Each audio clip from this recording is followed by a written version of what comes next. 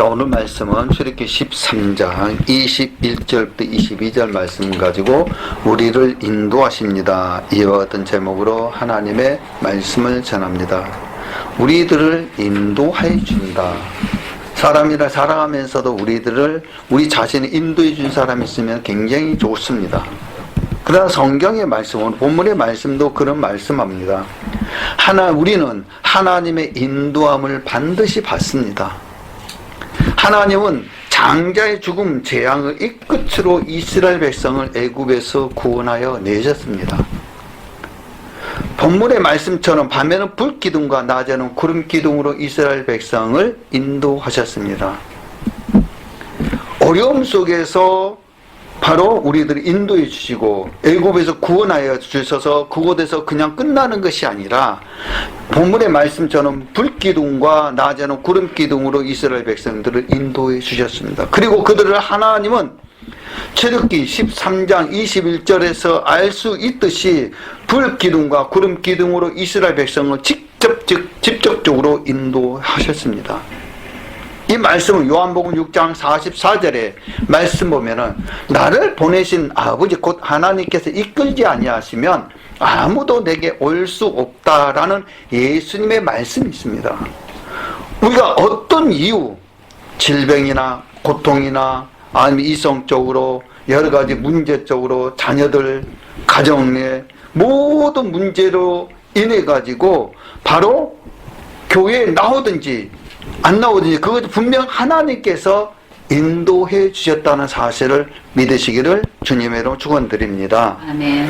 요한복음 6장 44절 방금 말씀하셨습니다. 나를 보내신 아버지께서 이끌지 아니하면 아무라도 내게 올 수 없으니 오는 그를 내가 마지막 날에 다시 살리리라. 아멘.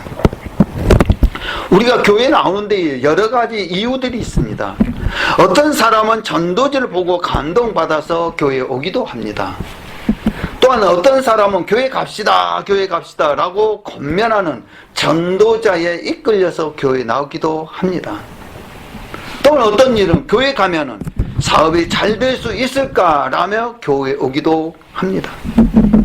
젊은 청년들은 좋은 배우자를 만날 수 있을까라며 교회에 오기도 합니다. 우리들의 삶, 즉 당신들의 억센팔자가, 사주팔자가 잘 풀릴 수 있을까라는 기대감으로 교회에 나오기도 합니다. 어떤 일은 질병의 치유를 위해서 교회에 오기도 합니다. 부모나 자녀의 기도 때문에 교회에 나오는 사람들도 있습니다. 제 주위에서도 그런 사람도 있습니다. 학원을 하는데 학원 잘 되기 위해서 교회에 나오는 사람도 있었습니다. 이처럼 어떤 이유든지 어떤 경로를 통해서든지 우리가 교회에 나오게 되는데 반드시 하나님의 인도하심이 있습니다. 즉 하나님은 이 모든 이유들을 사용하셔서 우리를 교회로 인도하시는 것입니다. 하지만 교회에 나온 것만으로 그리스도를 믿는다고 할 수 없습니다. 또한 구원받았다고 할 수가 없습니다.